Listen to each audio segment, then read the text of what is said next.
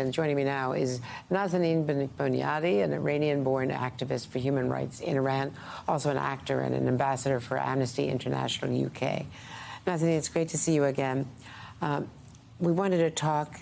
You're in Washington, which is wonderful, and we'll talk about that in a moment.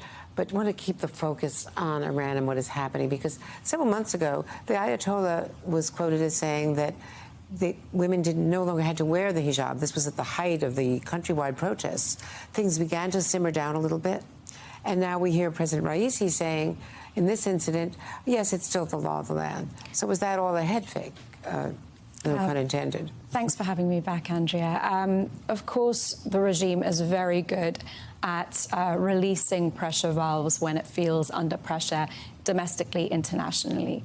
And that's all that was a few months ago. It was some official without any real jurisdiction on the issue, floating what was not even a legal edict, suggesting that maybe perhaps there would be some easings, and not just easing on these crackdowns. Of course, that wasn't the case. And now we're seeing, of course, President Raisi saying that this is the law and it should be enforced. You're seeing the head of the judiciary saying that he will prosecute without mercy anyone who is not abiding by these laws. And you see the Interior Ministry suggesting that citizens should confront women on the streets when they see them not abiding by the compulsory hijab, which has increased confrontations and brutality towards women with impunity. They are being surveyed. Women are being surveyed. As you see with the case of these two women who had yogurt thrown on their heads and attacked, they were then arrested. The shop was then shut down because businesses are being told that if they don't confront women who are violating this law, they will lose their business, they will be shut down. So every measure is taken systemically to oppress women even more. But as you've seen over this period of time, this has become far more than women's rights and a women's rights issue. It's really become a pro-democracy revolution. And it gained strength when labor unions and other groups started joining in, lots of men. It started smaller with women, then it spread to students. So many people were arrested. Several have died in prison under very suspicious circumstances. What has happened to those who were imprisoned? Have they been released? Are they allowed back in school? Have they lost their jobs?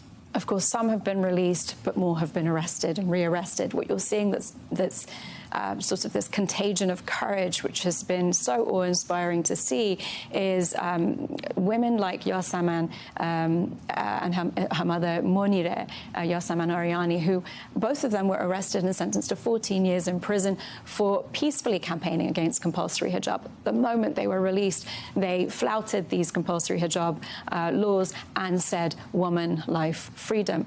Dissident journalist Sepideh Gholian, after almost 5 years in prison, came out, removed her mandatory head covering and said death to the supreme leader. So this type of courage is really, we haven't seen it in 44 years.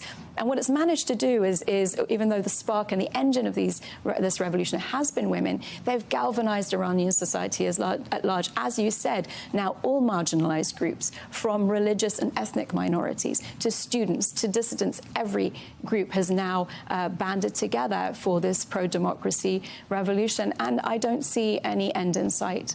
It is continuing because, as you know, with everything else that's happening in Ukraine, the Middle East, our focus, of course, on the legal domestic issues like the indictment of Donald Trump, we have not seen as much international coverage of it. That's exactly right. But I do hear from dissidents inside Iran every day that they are continuing their fight and they hope for more attention, which is why I'm here to meet with the White House again. When I just came from testifying at the Canadian Parliament, we are keeping the fight going. And one of the things we're doing is we need to define in the international legalese the term gender apartheid. Because unless cannot hold this regime accountable for oppressing and segregating women, similar to the way that black South Africans were segregated in apartheid South Africa. We need to make this term, a commonplace term in the legalese and acknowledged for what it is, so that we can hold the regime to account. But really what I want to say is that this revolution is going nowhere. Men and women are standing shoulder to shoulder for a free and democratic Iran.